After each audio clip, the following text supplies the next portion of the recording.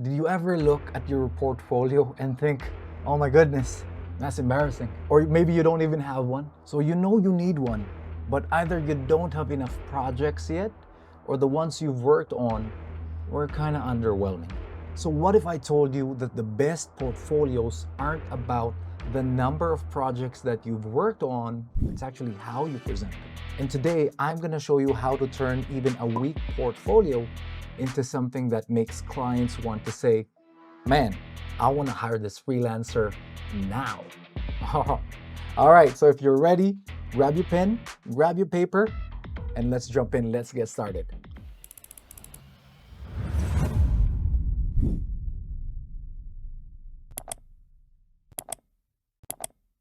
So here's the problem, guys. Most freelancers think that a client wants a lot of experience. But the reality is that clients actually care about quality, not quantity. And with that said, they care about relevance and presentation. So here are the 3 common portfolio mistakes that freelancers do.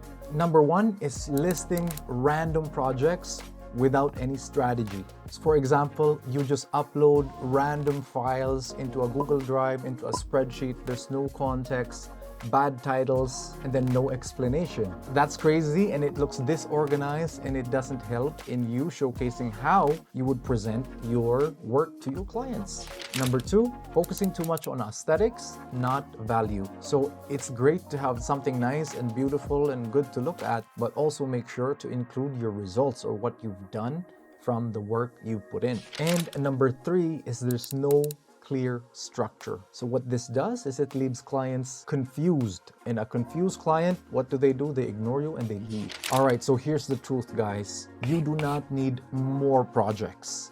What you need to do is showcase the correct project in the correct way. So if you're ready, here's the secret formula for your portfolio. Hook, story, and proof. Okay?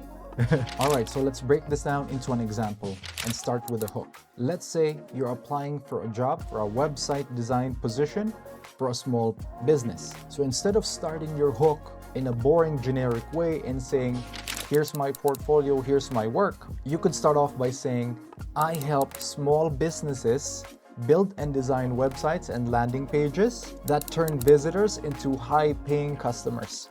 This immediately tells clients that you're valuable and it showcases the result that you can deliver for them. Number 2, the story. You want to explain the why behind your work. For example, let's say you're applying for a social media manager position and then it's for a company that's just starting out. What you can do to reinforce your hook is then tell a story. So you can then explain to them what happened in the last position you've had. For example, you can say something like, for a previous project I worked on for a startup that needed help with social media management, I helped them grow from 2,000 to 10,000 followers within about 3 months using a storytelling-based content strategy. So now that reinforces your hook into a story, tying it to somebody that you might have worked with in the past to reinforce that project and the result of what you've done. Here, the client sees your thought process and not just the final output as well. And the third part is the proof. Instead of just uploading random images, random screenshots from the previous projects you've done, what you want to do is show a before and after shot. So if you have metrics of the social media page before and then after, you want to create a screenshot and combine those together as proof of what you've done. And then with that, you can also add a caption adding how much you've increased the follower count or engagement for the page. And then you can do that for all the other projects for social media, for example, and then have them grouped together as your proof for the work that you have done. So by doing it this way, even small wins, when framed correctly, can make a big impact. So even if you've worked on a project for 1 month, 2 months, 3 months, on a short-term basis, you can still showcase the difference of what you've done and then also show the thought process, the strategies that you implemented to actually get those results. All right, so challenge time. This is what I want you to do. So go to your portfolio, take a look at the projects you have featured in there, and I want you to reframe it using this structure.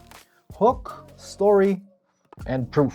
Try it out, and if you want to, drop your portfolio link in the comments below if you're open to a portfolio roast, if you're willing for that. And maybe in the next video I'll check it out and we'll take a look at it and we can showcase your portfolio as well in the channel. All right, now that your portfolio is good to go, you're set. But here's one other thing I want you to remember. Your portfolio, even though it's great, unfortunately can be useless if you don't get the clients to say yes to working with you. So in the next video, I'm gonna teach you the secret closing phrase that's gonna make a client excited to work with you.